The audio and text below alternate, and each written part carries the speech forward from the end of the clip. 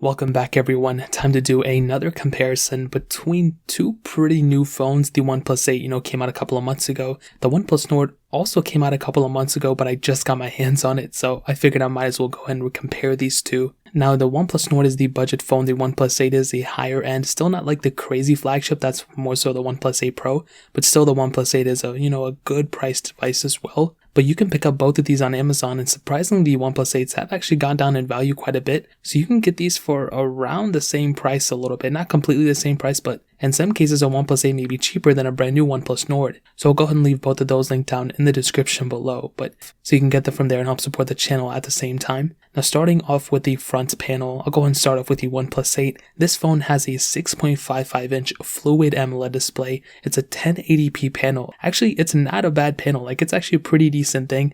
I know a lot of people hear 1080p or full HD in 2020 and they're automatically turned off, but I can tell you right now, I don't think so. I think 1080p panels are still good enough for the most part, especially when it has the capability of utilizing that 90Hz refresh rate, which is really cool. And I've said this for a while. I think OnePlus makes really good 1080p panels. And the fact that this panel kind of bleeds to the edge, it's an edge design kind of, and you do have that hole punch display with very little bezel around it, that really makes the OnePlus 8 that much better of a phone in my opinion. It doesn't mean it's a better performing device or whatever inherently because of the design, but it means that it looks better and it'll make you feel a little bit better when you're using it. Like I said, you have that fingerprint sensor within the display as well, which is really cool. And I definitely do think the OnePlus 8, with the mixture of how it feels in the hand as well as that display, it honestly doesn't get much better than that if I'm being honest, unless you want to go to the 120Hz or whatever. But on the OnePlus Nord, on the other hand, we have a 6.44-inch Fluid AMOLED display, and this one is also 1080p. Now the panel itself is a little bit smaller.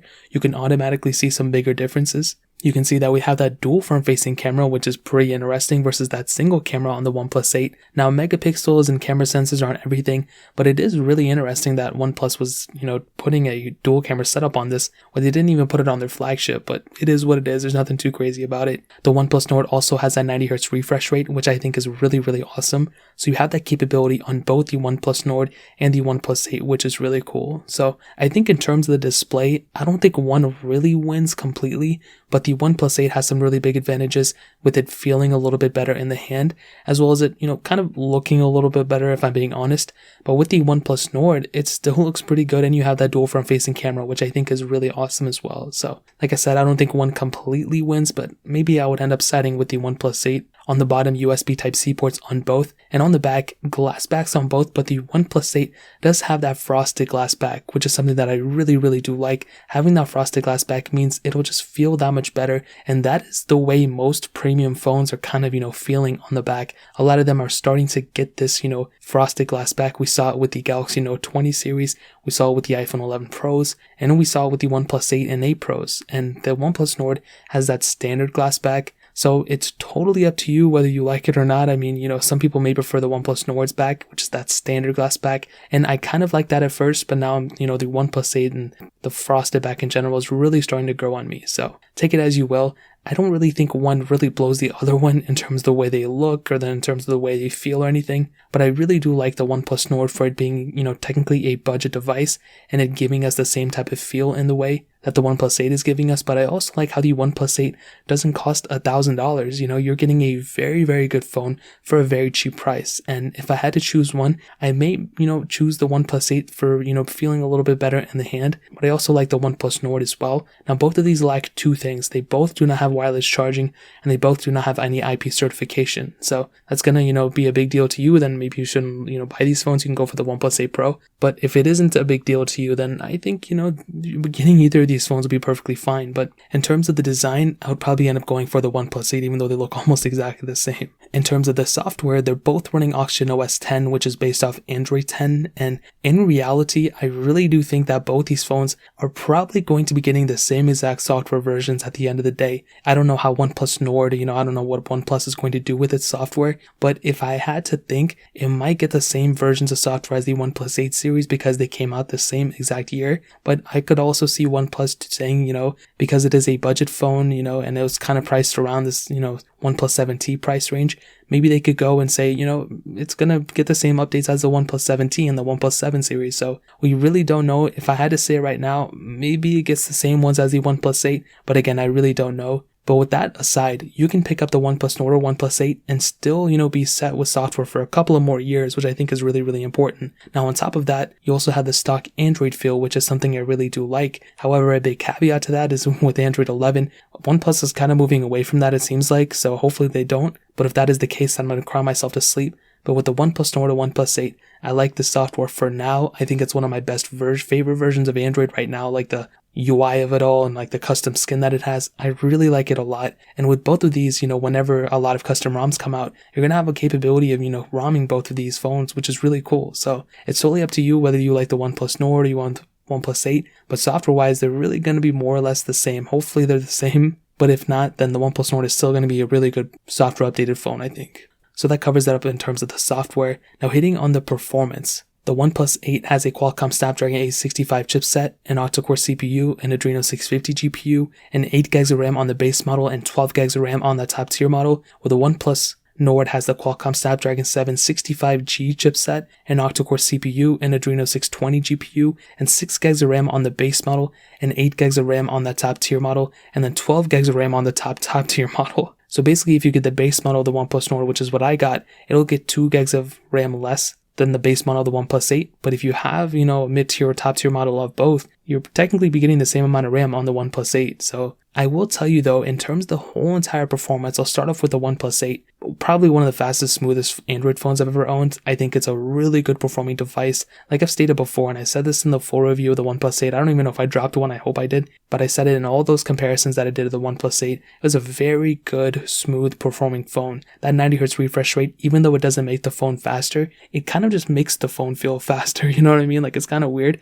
But the OnePlus 8, very good performing phone. As soon as I clicked on it, I clicked on an app, I clicked open on, I was playing games or whatever, extremely smooth. It's a very, very fast performing device. Really anything you're going to do with it is going to be perfectly fine. And I really haven't heard anybody complain about the performance. I've heard people complain about other things, but the performance I think is great on the OnePlus 8. On the OnePlus Nord, I think it's also a good performing device. It also shares the same smoothness, I think. And with that 90Hz refresh rate, it really does add a little bit of smoothness to it. It doesn't make it faster, like I said, but I would say, compared to the OnePlus 8, maybe it's a little bit slower, and OnePlus has to make it slower. They're not going to make it faster than one of their flagship devices. They're going to make it slower, so I can't really knock it. It's what's expected. The OnePlus Nord is supposed to be slower than the OnePlus 8, but I do see the same type of smoothness going on. And I don't think as long as you're not comparing the OnePlus Nord to the OnePlus 8 side by side every single day, I really don't think you're going to matter, and I don't really think you're going to care that much. I think you're going to, just pick up your OnePlus Nord, use it, and drop it, and then just be done with it. Like, it's not that big of a deal.